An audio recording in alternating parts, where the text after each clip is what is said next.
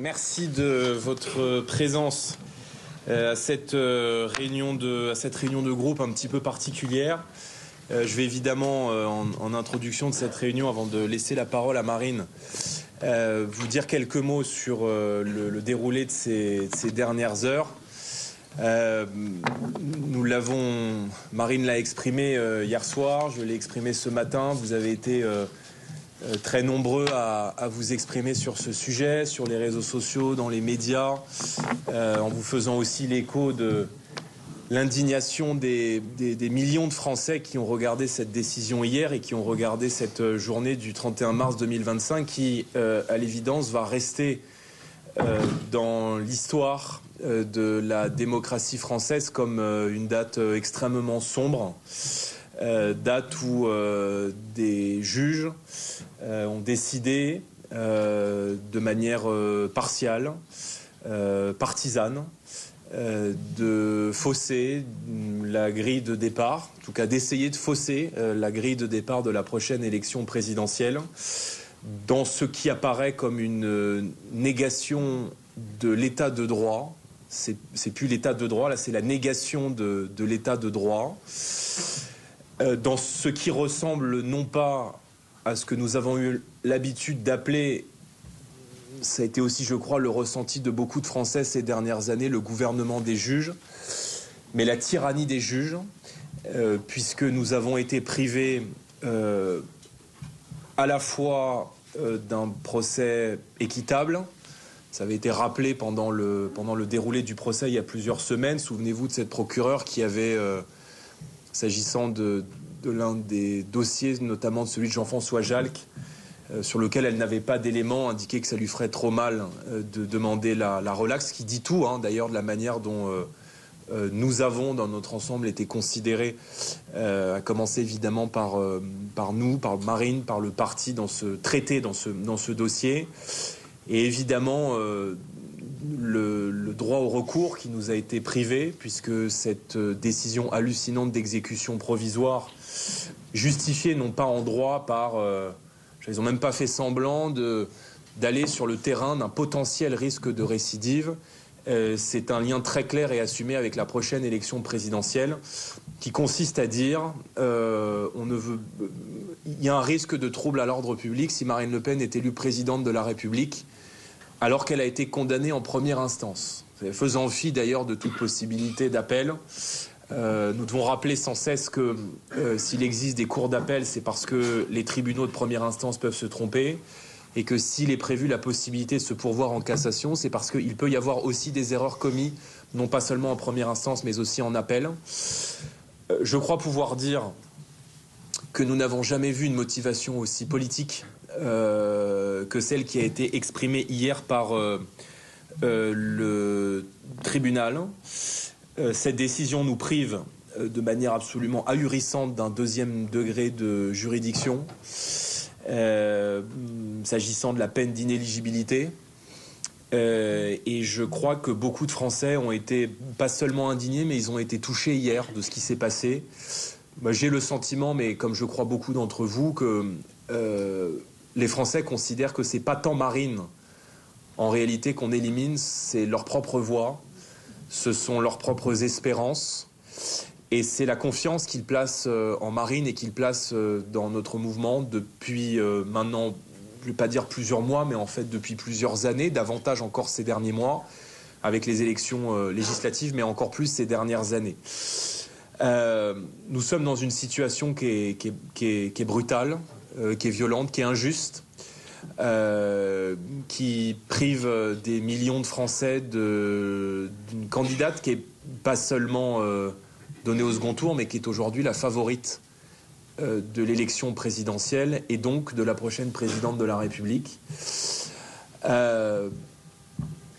Moi, je vous appelle d'abord à vous indigner.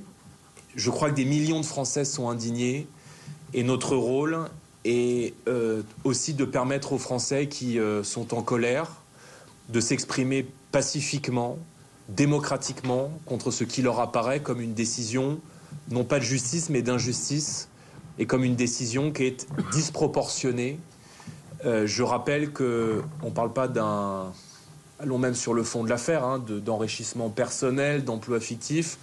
On parle d'un désaccord sur la façon dont travaillent des assistants de députés européens. Et pour cet état de fait, cet état de droit qui nous oppose depuis très longtemps au Parlement européen, on prive les Français de leur candidate à l'élection présidentielle. Quel est ce pays, quelle est cette démocratie où en quelques jours, on ferme une chaîne de télévision, la première chaîne de télévision de la TNT, où l'on empêche celle qui est la leader de l'opposition et la favorite de l'élection présidentielle de concourir au suffrage des Français, où l'on requiert de la prison ferme contre un ancien président de la République et où l'on met à mort sur le plan financier le premier parti de France. Je pense que cela indigne les Français, mais cela disqualifie aussi la France, pays des droits de l'homme, pour aller donner des leçons de démocratie au monde entier, que n'aurait pas dit un certain nombre de gens, à commencer par l'Union européenne, si dans la Hongrie de Viktor Orban, une décision de justice était venue empêcher l'opposant numéro 1 à Viktor Orban de se présenter à l'élection. Je pense que la Commission européenne organiserait, diligenterait d'ores et déjà des enquêtes et aurait menacé la Hongrie en indiquant que cela reflèterait une atteinte à l'état de droit. Mais comme ça se fait en France, dans le pays qui a la réputation d'être les droits de l'homme, le pays des droits de l'homme, ça passe. Je pense que ça passe pas pour beaucoup de gens. Alors, nous allons organiser, et c'est un peu le sens du message que j'ai souhaité vous adresser hier dans la réunion Argu et dans cette adresse au cadre hier soir, des mobilisations qui seront évidemment pacifiques et démocratiques, parce que je pense que les Français ont besoin de s'exprimer. Nous avons lancé hier sur le site du Rassemblement national une pétition qui a déjà recueilli plusieurs centaines de milliers de signatures. Ce week-end, il y aura des opérations de tractage et des points de rencontre qui seront organisés partout en France.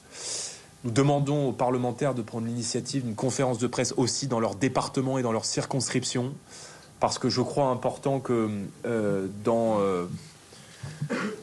peut-être dans la presse dans laquelle les Français ont toujours une confiance certaine, qu'est la PQR, ils puissent lire notre expression et qu'ils puissent évidemment lire nos prises de position, et que nous puissions aussi évidemment être un peu les relais de ce sentiment d'injustice qui touche aujourd'hui des millions et des millions d'électeurs français. L'audience du 20h de TF1 d'hier soir, au-delà des signatures sur notre site internet, je pense témoigne de cette indignation. Il y a près de 8 millions de Français qui ont regardé le JT de TF1 hier soir. C'est considérable. Je ne sais pas s'ils ont été 8 millions à nous écouter ce matin sur CNews et sur Europe 1, mais en tout cas, les Français nous attendent, les Français nous écoutent, et je crois que c'est extrêmement important que tout le monde soit sur le pont, que nous fassions bloc. Je dois dire que j'ai été encore très impressionné à la fois par la prestation et par la solidité de Marine hier soir. Je ne vais pas empiéter sur votre intervention, Marine, mais vous avez l'habitude de dire que le combat judiciaire, il fait partie du combat politique. Et là, honnêtement, c'est un peu gros, parce que je pense qu'il y a beaucoup de Français qui ont le sentiment que tout sera fait pour nous empêcher d'arriver au pouvoir. Moi, je leur réponds que rien ne nous empêchera de nous battre pour que nous arrivions au pouvoir. Plus des entraves se mettront sur notre route, plus nous serons déterminés à avancer. Et je peux vous assurer que nous étudions d'ores et déjà, évidemment, tous les chemins, même s'ils sont étroits, pour lever l'injustice qui nous est appliquée de manière préventive. Nous allons mener ce combat, évidemment, ensemble. Nous avons besoin de vous dans cette bataille qui est en train de se jouer en ce moment et en ces heures. Mais je crois encore une fois que c'était hier un jour très sombre pour la démocratie française, peut-être le plus sombre que la démocratie française ait connu. Et moi, en tout cas, j'ai été extrêmement fier hier en regardant le 20h de TF1. Et je crois que notre devoir et le devoir du Rassemblement national, comme celui de tous les Français et tous les électeurs patriotes, c'est d'être unis, soudés, mobilisés auprès de quelqu'un dont, me semble-t-il, la seule faute et le seul tort est de s'être retrouvé en capacité de gagner la prochaine élection présidentielle. Voilà, mes chers amis, le message que je souhaitais vous délivrer ce matin. Je vais laisser Marine intervenir. Mais ce n'est pas le moment de flancher. La politique est un chemin de croix. Les clés du pouvoir ne nous seront pas données. Et en tout cas, je veux dire aux Français qui nous écoutent ce matin, sans doute par l'intermédiaire de la presse, que nous n'abandonnerons pas et que s'ils pensent qu'une décision de justice va nous empêcher de faire de la politique et va nous empêcher de continuer à porter l'espoir de millions de Français, non seulement c'est mal nous connaître, mais je pense que c'est aussi mal la connaître.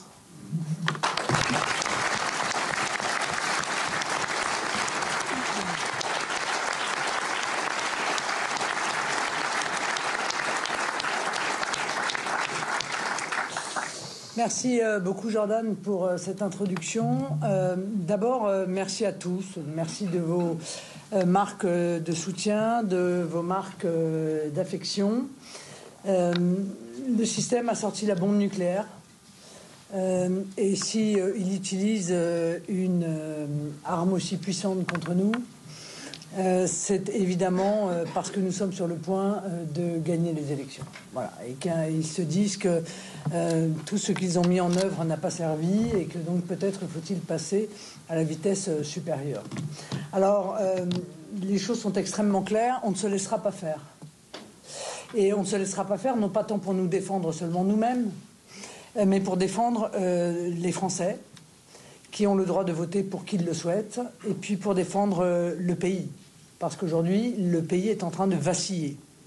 Il vacille sur ses principes, il vacille sur ses valeurs, et tous ceux qui n'ont que l'état de droit à la bouche sont en général ceux qui sont les premiers à chercher à violer cet état de droit. Ils nous ont volé les législatives par des manœuvres scandaleuses. Que les choses soient très claires, on ne laissera pas les Français se faire voler l'élection présidentielle. Et donc nous allons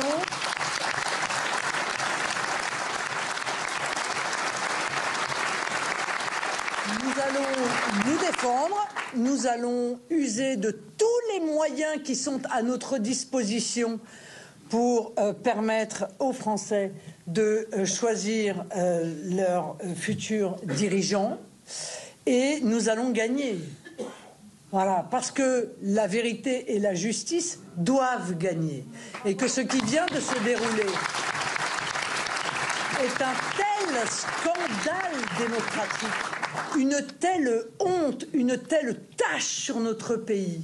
Jordan a raison de le rappeler. À qui allons-nous pouvoir demain donner la moindre leçon de démocratie dans le monde? À qui? Comment vont-ils pouvoir défendre M. Navalny? Comment vont-ils pouvoir défendre l'opposant principal de M. Erdogan qui est actuellement emprisonné? Comment peut-on se scandaliser de l'élection annulée et du candidat empêché en Roumanie, lorsque dans notre propre pays, par la voie d'une exécution provisoire, en rompant encore une fois avec ce qui fait le principe même de notre état de droit, qui est le double degré de juridiction, c'est-à-dire le recours, mais pas seulement le recours effectif. Le recours effectif, c'est celui qui permet de ne pas se voir imposer en première instance une décision dont les conséquences sont irréparables. Or, l'objectif déclaré de la magistrate, je vous le rappelle, je l'ai dit hier soir, c'est de m'empêcher d'être élu à la présidence de la République. Ça n'est pas moi qui le dis, c'est elle qui le dit. Elle le dit avec toute la candeur de ceux qui sont convaincus d'être dans le camp du bien.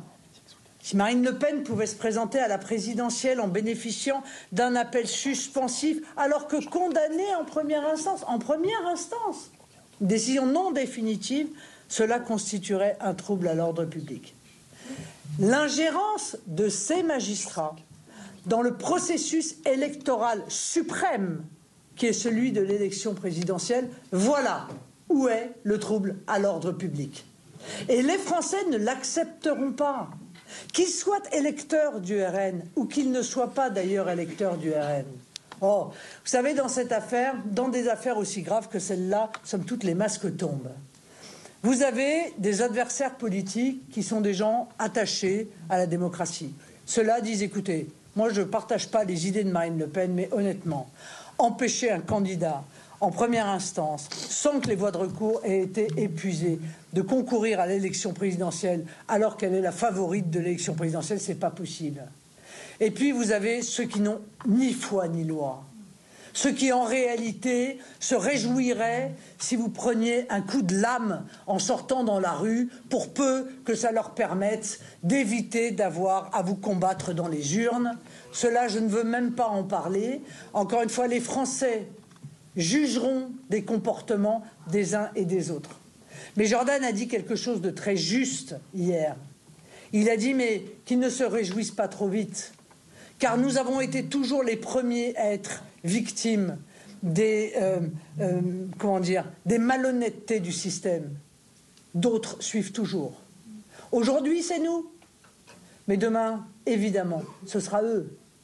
Et ce jour-là, ils viendront pleurer, car ils ne pleurent que lorsqu'il s'agit d'eux-mêmes. Nous pleurons sur notre pays quand il s'agit, encore une fois, de l'ensemble des Français qui sont privés d'un fonctionnement démocratique. Et parce que nous avons des principes, nous appliquons toujours nos principes à nos adversaires. Bien sûr. Nous ne les réclamons pas que pour nous-mêmes. Si demain, un candidat était empêché de se présenter, nous serions les premiers, même et sûrement plus même, si c'est un adversaire politique, à venir le défendre. Nous l'avons toujours fait. Nous avons toujours défendu la présomption d'innocence, y compris quand nos adversaires politiques étaient mis en cause dans de multiples affaires. Nous ne sommes jamais montés au créneau pour profiter de l'occasion. Jamais. Qu'il soit LFI, qu'il soit Modem, qu'il soit LR. Nous n'avons jamais fait cela. Nous n'avons jamais crié avec les loups parce que nous sommes attachés à la présomption d'innocence. Nous avons des principes. Et pour beaucoup d'entre eux, ils n'ont pas de principes. Ils brandissent ces principes lorsqu'ils sont eux-mêmes empêchés ou gênés. Mais lorsque leurs adversaires le sont, ils se réjouissent. Eh bien, nous avons l'honneur de ne pas nous comporter comme ça. Et c'est peut-être pour ça, après tout, que nous sommes le premier parti de France.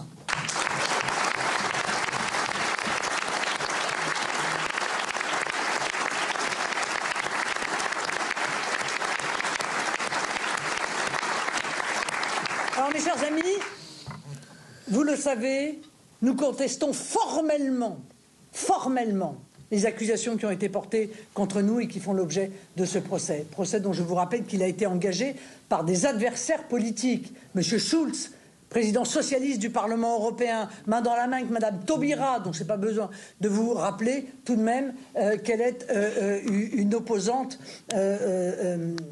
absolument farouche de notre mouvement. Nous avons dit, écoutez, on va accorder un bénéfice, le bénéfice du doute, tiens, aux magistrats qui vont nous juger, en pensant que peut-être ne vont-ils pas nous juger politiquement. Mon doute a duré 2 heures. Au bout de 2 heures d'audience, le premier jour, j'ai compris que nous ne serions pas jugés normalement. Et l'intégralité de la rédaction de ce jugement est une folie. J'espère que les juristes vont se pencher sur la rédaction de ce jugement, qui est une folie parce que, encore une fois, le droit est tordu, parce que l'élection présidentielle est l'objectif assumé des magistrats. Après tout, la magistrate aurait pu dire je mets l'exécution provisoire pour l'empêcher d'être candidate aux élections. C'était déjà honteux, mais c'était plus général. Mais là, la magistrate, elle engendre les élections municipales. Elle enjambe les potentielles élections législatives anticipées pour dire non, je mets l'exécution provisoire pour l'empêcher d'être candidate et d'être élue à l'élection présidentielle. Parce que moi, magistrate de première instance, je n'admets pas l'idée que les Français puissent élire quelqu'un que j'ai condamné en première instance. Mais qui est souverain dans notre pays, en fait? C'est le peuple? Ou c'est les magistrats, ces magistrats de première instance? C'est quand même une vraie question. Il me semble que c'est le peuple. Et par conséquent, vouloir forcer, tordre le bras des électeurs en disant bah, vous risquez de voter pour elle, alors je vais vous dire quoi, moi je considère que je m'autorise le pouvoir de vous interdire de le faire. Mais c'est une honte absolue. Il n'y a pas un seul pays, en réalité, dans lequel les choses se déroulent ainsi. Donc, cette justification est la justification politique par excellence. Donc, quand on me dit c'est une décision judiciaire, non, c'est une décision politique. Et c'est la magistrate qui le dit elle-même. Mais il n'y a pas que ça. Il y a 10 raisons de se scandaliser de ce jugement. Au passage, je rappelle que ce jugement, les avocats ne l'ont pas eu. Ils l'ont eu ce matin à 9h30 du matin. Ouais, 9h. Mais hier soir, tous les journalistes avaient le jugement. Bon, ça n'est qu'un élément supplémentaire, mais enfin, c'est un élément quand même assez révélateur. Hein. Moi, je suis arrivé sur le 20h, M. Boulot. M. Boulot avait le jugement. Mes avocats ne l'avaient pas. Ils l'ont eu ce matin à 9h30 du matin. Mais, je veux dire, c'est... Encore une fois, c'est vraiment une caricature, en quelque sorte, de l'abandon de tout principe, de toute valeur, de tout fonctionnement démocratique, de tout la violation de toutes les règles de fonctionnement de nos institutions. Mais il n'y a pas que ça, je vous dis, il y en a beaucoup d'autres. Il y a une criminalisation dans ce jugement, en fait, des droits de la défense. C'est-à-dire que si vous vous défendez, eh bien, je vais vous condamner 2 fois plus durement. Mais il me semble que les droits de la défense, le principe même, c'est de pouvoir se défendre. Eh bien non, vous n'avez pas le droit de vous défendre. Voilà. Et le simple fait de se défendre, eh bien, justifie la condamnation à mort. Mais ça existe où, ça? Enfin, juste dans quel pays ça existe, ce type de fonctionnement? On nous a même reproché d'avoir défendu l'idée que les faits qui étaient soumis au tribunal étaient prescrits. Non mais pardon, vous nous direz la prochaine fois, vous nous ferez la liste de ce qu'on a le droit de dire. Peut-être faut-il arriver avec la robe de bure, à genoux et la corde au cou pour vous faciliter le travail. Ben non, on ne va pas faciliter le travail. Parce que nous considérons, encore une fois, qu'il y a énormément de choses à dire sur le fond de ce dossier et que ce dossier a été utilisé en réalité exactement dans le but qui est intervenu hier. Le seul objectif, c'était celui-là. Alors, mes chers amis, on va nous dire il ne faut pas contester les décisions de justice. Bon, en l'occurrence, ce n'est pas une décision de justice, ça tombe bien. Donc, du coup, on a le droit de la critiquer.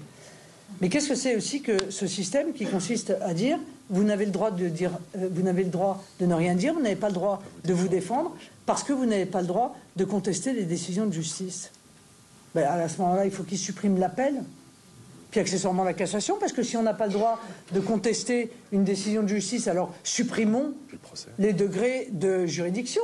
Puis après tout, supprimons le procès, puisque de toute façon, vous êtes obligé de plaider coupable.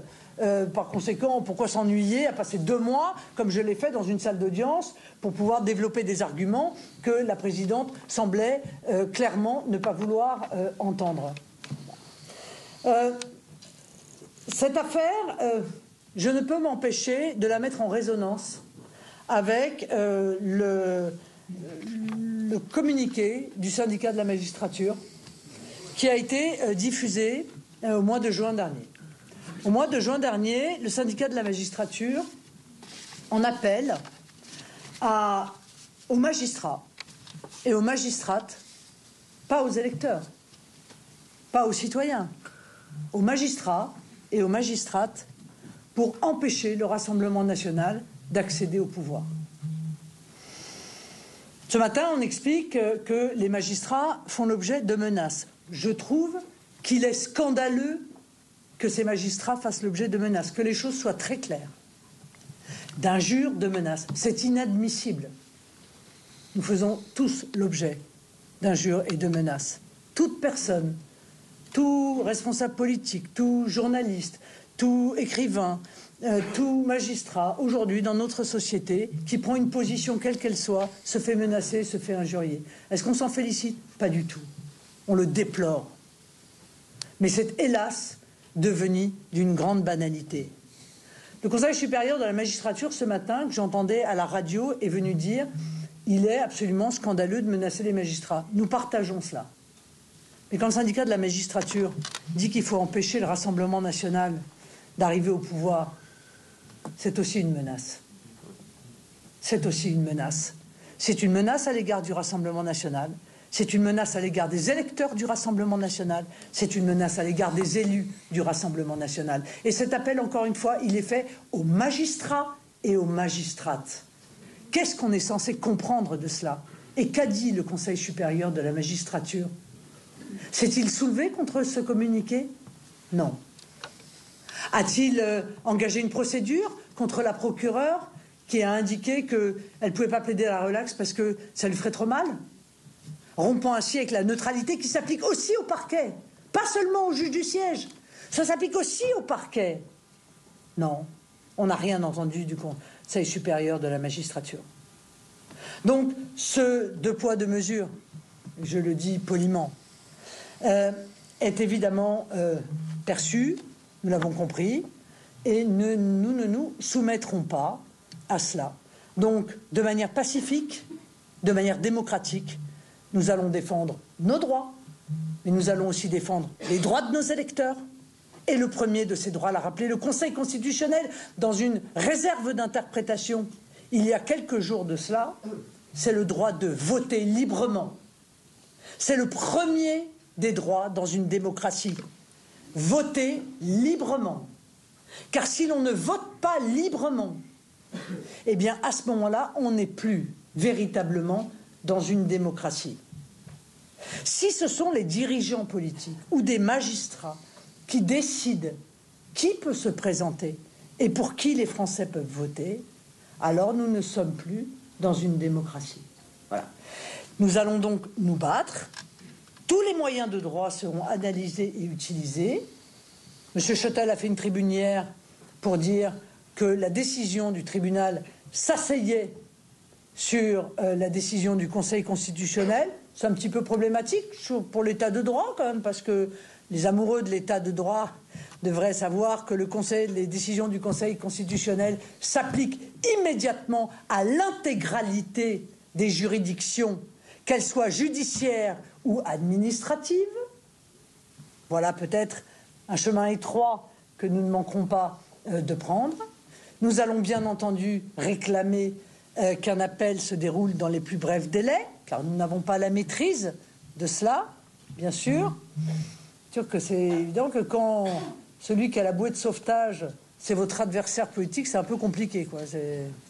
Vous vous dites, est-ce qu'il va la lancer? Quand est-ce qu'il va la lancer? Est-ce qu'il ne va pas la lancer trop tard? Enfin, on peut se permettre quand même de se poser la question.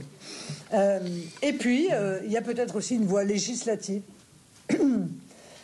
puisque j'ai entendu ce matin Éric Ciotti, scandalisé comme nous par cette décision, qui a évoqué une potentielle voie législative que nous allons donc analyser de très près.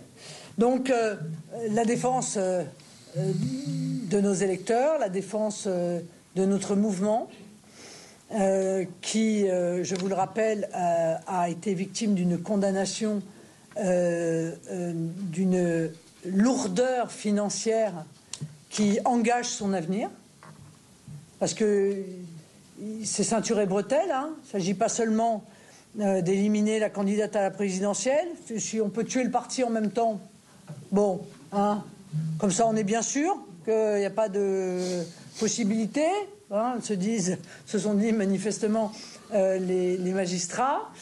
Donc nous allons là aussi nous battre contre cette condamnation qui nous apparaît tout à fait contraire par ailleurs à la jurisprudence. Je n'ose d'ailleurs défendre quelques arguments de peur d'être immédiatement considéré comme coupable et condamné peut-être 2 fois plus. Mais on va quand même tenter.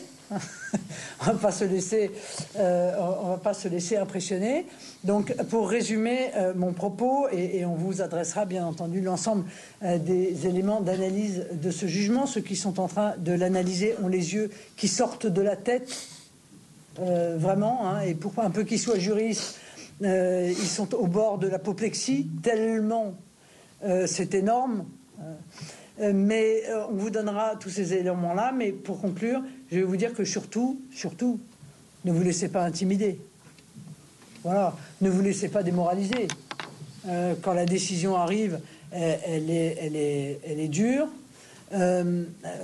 Mais elle est dure parce qu'elle est injuste.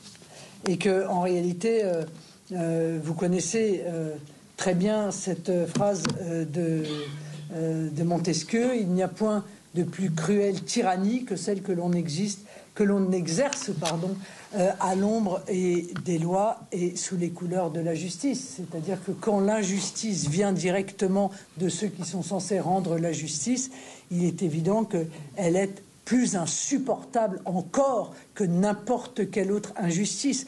Mais cette indignation, cette blessure, il faut s'en servir. C'est un moteur. Voilà. C'est un moteur de motivation. C'est un moteur de persévérance. Si nous ne tenons pas bon, si nous ne sommes pas ceux qui exprimons cette solidité et cette persévérance, qui le fera à notre place? Personne. Alors, partout où vous allez, dites aux Français qu'ils peuvent compter sur nous. Il n'y a aucun problème. On sera là jusqu'au bout, on sera là jusqu'à la victoire.